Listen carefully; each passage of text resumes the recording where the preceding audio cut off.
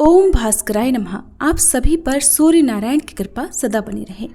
आज आप सुनेंगे ज्येष्ठ मास महात्म्य में आगे की कथा। उससे पहले आप सभी सुनेंगे ऋण मोचक मंगल स्तोत्र का पाठ हिंदी में। हमारे चैनल पर हर दिन इन कथाओं को सुनने और हमें दक्षिणा देने के लिए भी आप सभी का बहुत बहुत धन्यवाद। अब हम सभी मिलकर ऋण मोचक मंगल स्तोत्र का पाठ सुनते हैं। श्री ऋण मोचक मंगल स्तोत्र पाठ मंगल देव को समर्पित है। इस स्तोत्र के पाठ से कर्ज से मुक्ति मिलती है, आर्थिक समस्याएं दूर होती हैं। इस स्तोत्र में मंगल देव जी के सभी 21 नामों का वर्णन मिलता है। मंगल देव का संबंध हनुमान जी से है और हनुमान जी सभी प्रकार की समस्याओं से छुटकारा दिलाने वाले देवता माने जाते हैं। ऋण मोचक मंगल स्तोत्र का पाठ जो भी मनुष्य करता है उस पर मंगल भगवान प्रसन्न होकर उसे धन धान्य प्रदान कराते हैं। वह मनुष्य कुबेर भगवान की तरह धन संपत्ति का स्वामी बन जाता है। वह मनुष्य हमेशा युवा रहता है और उसे रोग और कर्ज से भी मुक्ति मिलती है। तो प्रिय श्रोताओं, अब सुनिए ऋण मोचक मंगल स्तोत्र पाठ हिंदी में। हे मंगल देव, शास्त्रों में आपके जो नाम बताए गए हैं उनमें पहला नाम मंगल, दूसरा भूमिपुत्र जिनका जन्म पृथ्वी से हुआ, तीसरा ऋणहर्ता यानी कर्ज से मुक्ति दिलाने वाला, चौथा धनप्रद यानी धन को देने वाले, पांचवा स्थिरासन यानी जो अपने आसन पर अडिग रहते हैं, छठा महाकाय यानी जो बहुत बड़े शरीर वाले हैं, सातवां नाम सर्व कमावरोधक यानी कार्य में आने वाली सभी बाधाओं को दूर करने वाला है।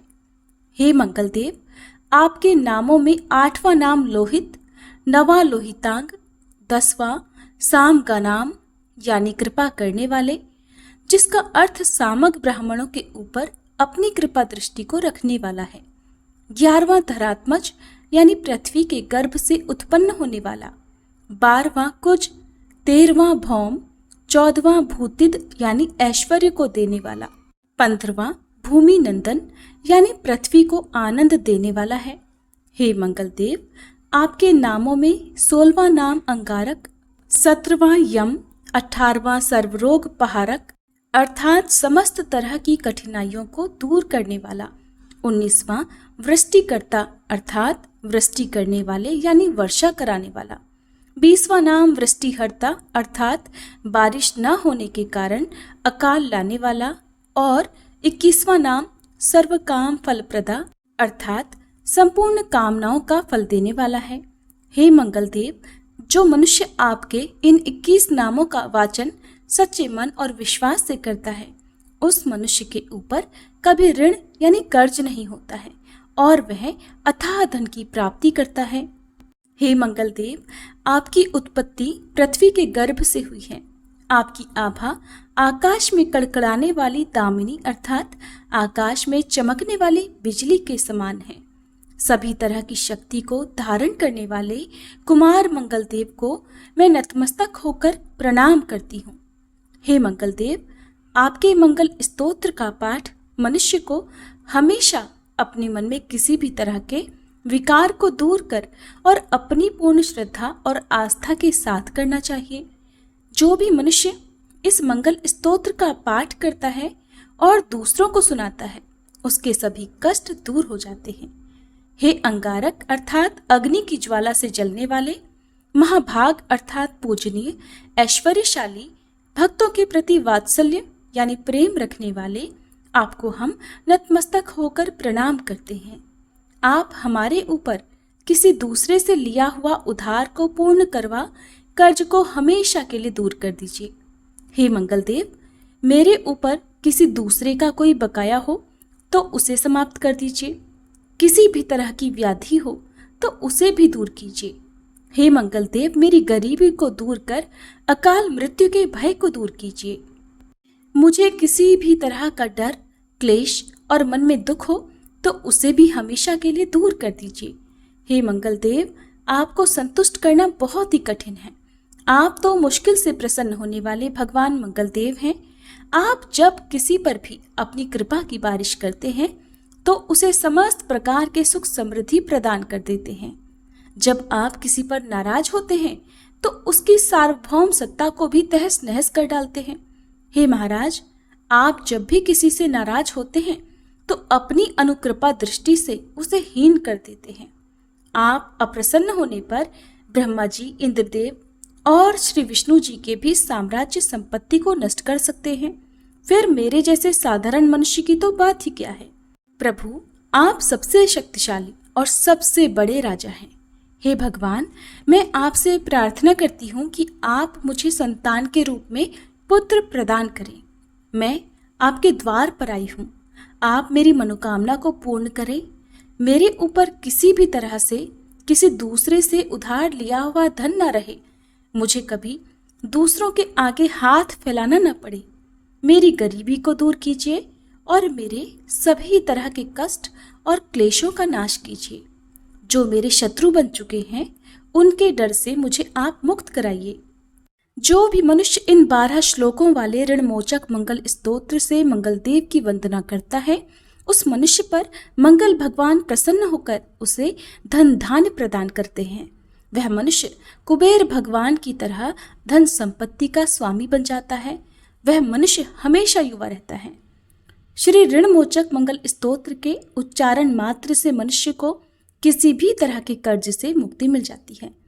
अगर कोई मनुष्य अपने जीवन काल में अपनी आवश्यकताओं की, अपनी कामनाओं की पूर्ति के लिए किसी दूसरे मनुष्य से कर्ज लिया होता है और किसी कारणवश कर्ज चुका पाने में असमर्थ हो जाता है, तो उसे ऋणमोचक मंगल स्तोत्र का पाठ करना चाहिए।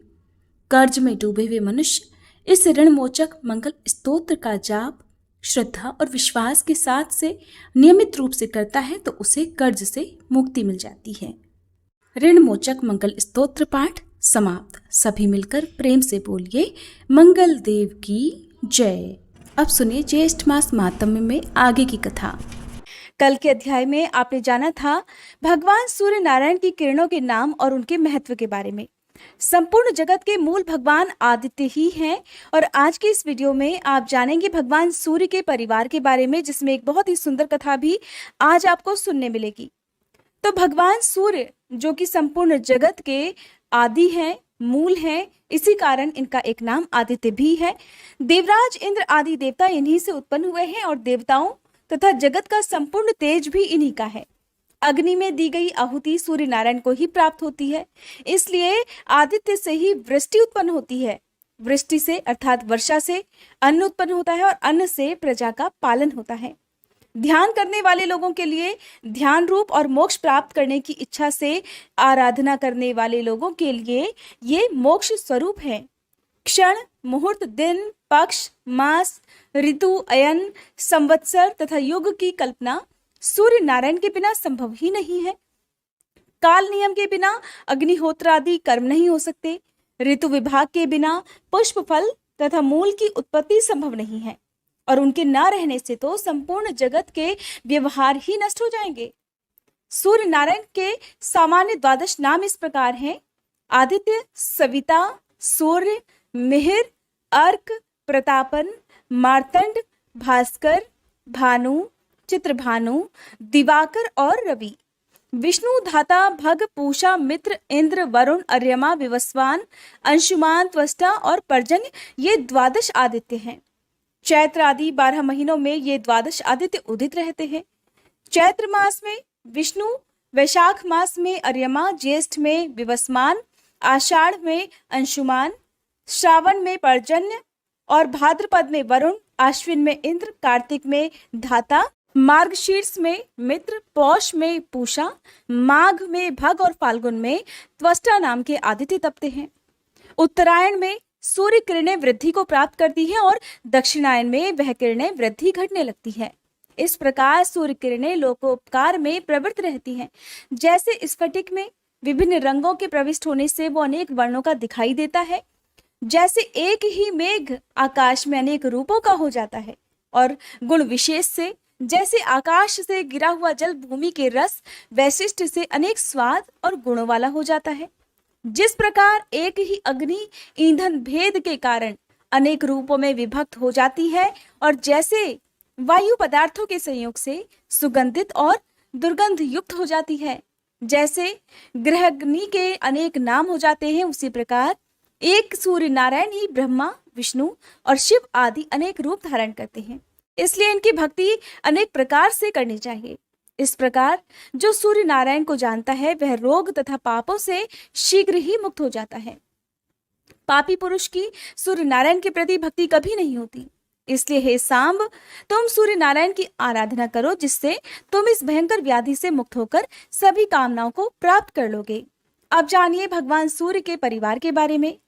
सुमंतु मुनि कहने लगे, हे राजन, सांब ने नारद जी से पुनः पूछा, हे महामुने, आपने भगवान सूर्य नारायण की अत्यंत आनंदप्रद महात्म्य का वर्णन किया, जिससे मेरे हृदय में उनके प्रति दृढ़ भक्ति उत्पन्न हो गई। अब आप भगवान सूर्य नारायण की पत्नी महाभागा, रागी और निक्षुभा तथा दिंडी और पिंगल आदि के विषय में भी बताइए। तब नारद जी कहने लगे, सांब, भगवान सूर्य नारायण की रागी और निक्षुभा नाम की 2 पत्नियां हैं। इसमें से रागी को द्यौ अर्थात स्वर्ग और निक्षुभा को पृथ्वी भी कहा जाता है। शुक्ल सप्तमी तिथि को द्यौ के साथ और मार्ग कृष्ण पक्ष की सप्तमी तिथि को निक्षुभा अर्थात पृथ्वी के साथ सूर्य नारायण का संयोग होता है, जिससे रागी द्यौ से जल और निक्षुभा पृथ्वी से तीनों लोगों के कल्याण के लिए अनेक प्रकार की सस्य संपत्तियां अर्थात अन्न उत्पन्न होता है। सस्य अर्थात अन्न को देखकर अत्यंत प्रसन्नता से ब्राह्मण हवन करते हैं। स्वाहाकार तथा स्वाधाकार से देवताओं और पितरों की तृप्ति होती है। जिस प्रकार रागी अपने 2 रूपों में हुई और ये जिनकी पुत्री हैं तथा इनकी जो संतानें हुई उनका हम वर्णन करते हैं, इसे अब आप प्रेम पूर्वक सुनिए। सांब, ब्रह्मा के पुत्र मरीचि, मरीचि के कश्यप, कश्यप से हिरण्यकशिपु, हिरण्यकशिपु से प्रहलाद, प्रहलाद से विरोचन नाम का पुत्र हुआ। विरोचन की बहन का विवाह विश्वकर्मा के साथ हो गया, जिससे संज्ञा नाम की एक कन्या उत्पन्न हुई। मरीचि की सुरूपा नाम की कन्या का विवाह अंगिरा ऋषि से हो गया, जिससे बृहस्पति उत्पन्न हुए। बृहस्पति की ब्रह्मवादिनी बहन ने 8वें प्रभास नामक वसु से पाणी ग्रहण किया, जिसका पुत्र विश्वकर्मा समस्त शिल्पों को जानने वाला हुआ। उन्हीं का नाम त्वष्टा भी है, जो देवताओं के बड़े ही हुआ करते हैं। इन्हीं की कन्या संज्ञा को रागी कहा जाता है। इन्हीं को द्यौ, त्वष्टासी, प्रभा तथा सुरेणु भी कहते हैं। इन्हीं संज्ञा की छाया का नाम निक्षुभा है। सूर्य नारायण की संज्ञा नामक भार्या अर्थात पत्नी बड़ी ही रूपवती और पतिव्रता थी, किंतु भगवान सूर्य नारायण मानव रूप में उसके समीप नहीं जाते थे और अत्यधिक तेज से परिव्याप्त होने के कारण सूर्य नारायण का वह स्वरूप सुंदर मालूम नहीं होता था। इसलिए वो संज्ञा को भी अच्छा नहीं लगता था। संज्ञा से 3 संतानें उत्पन्न हुई, किंतु सूर्य नारायण के तेज से व्याकुल होकर वह अपने पिता के घर चली गई और हजारों वर्षों तक वहीं पर रही। जब पिता ने संज्ञा से पति के घर जाने के लिए अनेक बार कहा, तब वह उत्तर कुरुदेश को चली गई। वहां वह अश्विनी का रूप धारण करके तृण आदि चरती हुई समय बिताने लगी। सूर्य भगवान के समीप संज्ञा के रूप में उसकी छाया निवास करती थी। सूर्य उसे ही संज्ञा समझते थे। उससे 2 पुत्र हुए और एक कन्या हुई, श्रुत श्रवा तथा श्रुतकर्मा। ये 2 पुत्र और अत्यंत सुंदर तपती नाम की कन्या छाया की संतानें हैं।